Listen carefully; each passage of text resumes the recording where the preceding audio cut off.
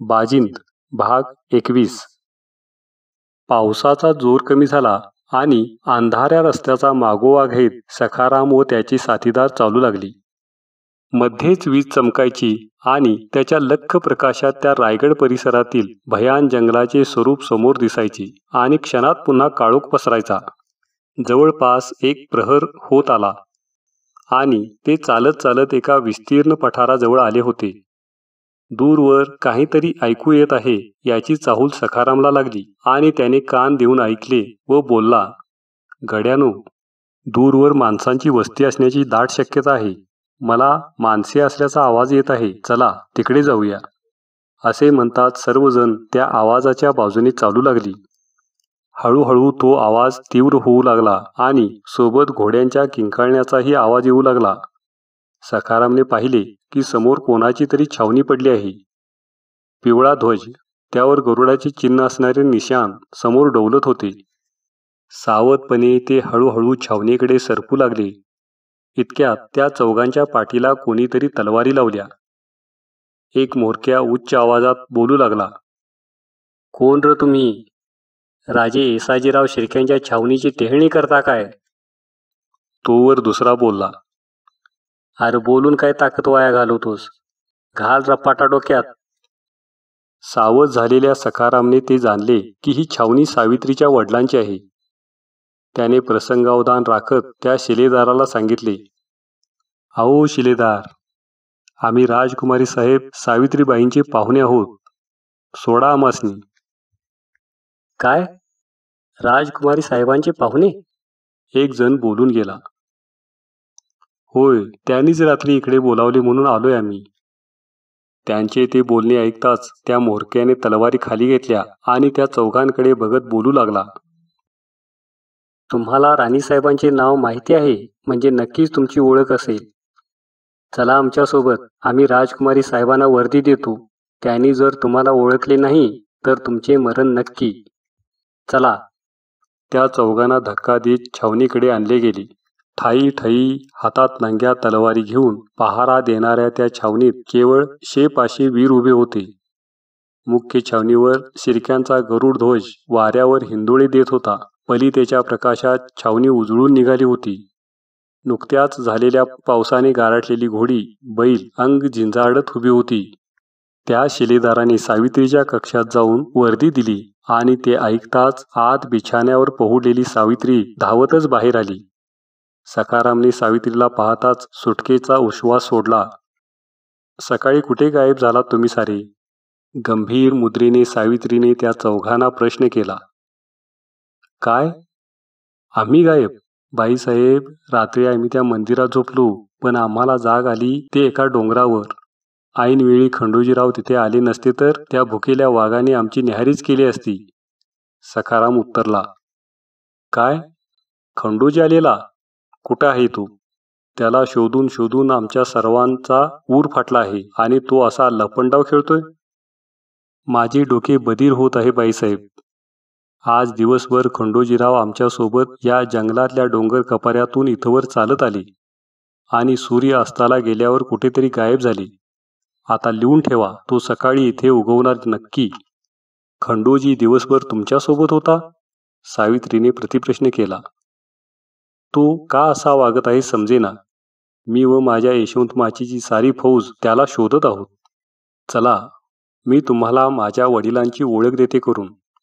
असे म्हणून सावित्री व ते चौघे महाराज येसाजीरावांच्या कक्षात गेले.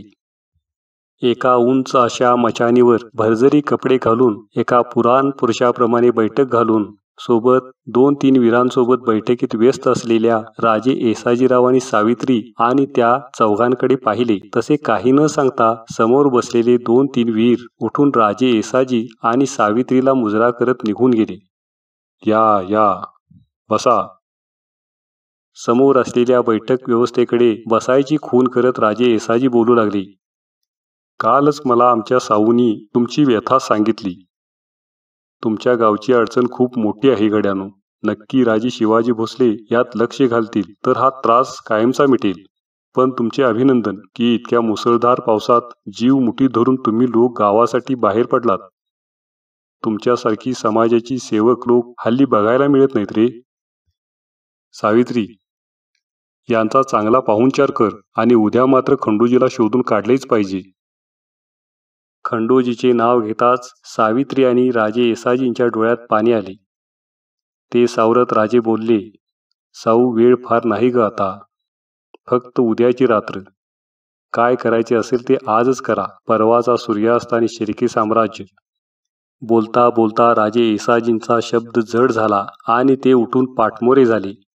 डोळ्यावर आलेले पाणी पुसत सावित्री निर्धारी आवाजात बोलत उठली, आबा, काळजी करू नका. मी तुमचीच लेक आहे. उद्या खंडूजीला घेऊन मी इकडे येते. तुम्ही विश्रांती घ्या. असे बोलून सावित्री त्या चौघांना घेऊन वेगळ्या छावणीत परतली. नोकर चाकरांना बोलवून घेतले आणि सखाराम व त्याच्या सहकाऱ्यांच्या भोजनाची व्यवस्था केली. दिवसभर मर मर चालून पोटात भुकेने काहूर उठले होते. जेवणाचे नाव उच्चारताच चौघांचेही चेहरे कमळासारखे फुलले.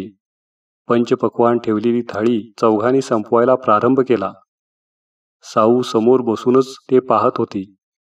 ती म्हणाली, सावकाश होऊ दे भाऊ, ठसका लागेल.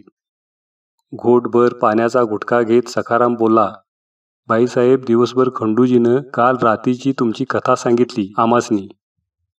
लय लय पुण्यवान माणसं आहेसा तुम्ही, म्हणून तुम्हासनी बाजींनं त्याच्या राज्यात बोलावून घेऊन 100 वर्षाचे आखरीत उलगडून सांगितले ते. क्षणभर गंभीर होऊन सावित्रीने किंचित हास्य केले आणि बोलू लागली, होय, पुण्य तर केलेच होते माझ्या बापजाद्यांनी. पण आम्हाला काय माहिती होतं की नियती आमच्याशी इतका क्रूर खेळ खेळेल म्हणून. सावित्री पुन्हा तिच्या आयुष्याच्या गूढ गर्भात विसरून बोलू लागली. बाजींनी आम्हाला तिथे बोलावून घेतले आहे याची जाणीव आम्हाला झाली. पण त्यापेक्षाही त्याच्यावर अभिमान एका गोष्टीचा होता की 100 वर्षे ही वेडी माणसे स्वतःचे जीवन न जगता, इतके गूढ ज्ञान असून देखील त्याचा गैरवापर न करता प्रसिद्धीपासून दूर राहून देशाचे काम करत होती. त्या रात्री आम्हाला बाजिंदने सारे चंद्रगड फिरवून दाखवले, पाहुणचार केला आणि रात्र होताच एका गंभीर विषयाचे बोलणे करायला सुरुवात केली. खंडूजी, 100 वर्षे आम्ही ज्या संधीच्या शोधात आहे ती आम्हाला तुमच्या रूपाने मिळाली आहे. माझे एक काम कराल? बाजिंदने मोठ्या गंभीर मुद्रेने प्रश्न केला. खंडूजीने होकारार्थी मान हलवत म्हणाला, बाजिंद, मला माहिती नाही आपले जन्मोजन्मीचे काय नाते असावे, पण तुमचे हे जे कार्य आहे ते महाराजांच्या कार्यापेक्षा कमी नाही. नाही नाही खंडूजीराव, महाराज हिमालय तर आम्ही कुठली तरी भुरटी टेकडी, ते गरुड तर आम्ही डास. अरे 350 वर्षांची गनिमाची भीती सामान्य माणसाच्या मनातून काढून असामान्य कामगिरी करून घेणारे शिवाजीराजे हे जणू शिवाचे अवतार वाटतात कधी कधी. माझे काम कराल? हो, नक्कीच. आदेश द्या. खंडूजी बाजिंदला म्हणाला. ऐक खंडूजी, मी बाजिंदच्या तपस्येची, संघर्षाची कमाई असलेली ते गूढ विज्ञान लिहिलेली वही हिंदवी स्वराज्याच्या महान कार्याला देऊ इच्छितो. तू ती वही स्वराज्याचे गुप्तहेर बहिर्जी नाईक यांच्याकडे देशील का? खंडूजीचे डोळे विस्फारले गेले. हृदयाची कंपने अति तीव्र झाली. निसर्गाच्या अनंत किमयेच्या एका कुलपाची चावी माझ्याकडे मिळत आहे हे ऐकून तो भान हरपून गेला. त्याला सावध करत बाजिंद बोलला, बोल खंडूजी.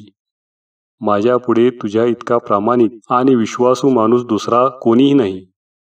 कारण बहिर्जी नाईक हे गुप्तहेर शिवाजी महाराज, जिजाऊ मासाहेब व्यतिरिक्त माहिती असेल तर फक्त तू आहेस.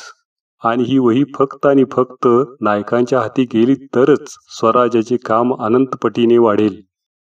बोल, करशील एवढे काम? क्षणात खंडूजी उत्तरला, होय, करेन हे काम मी.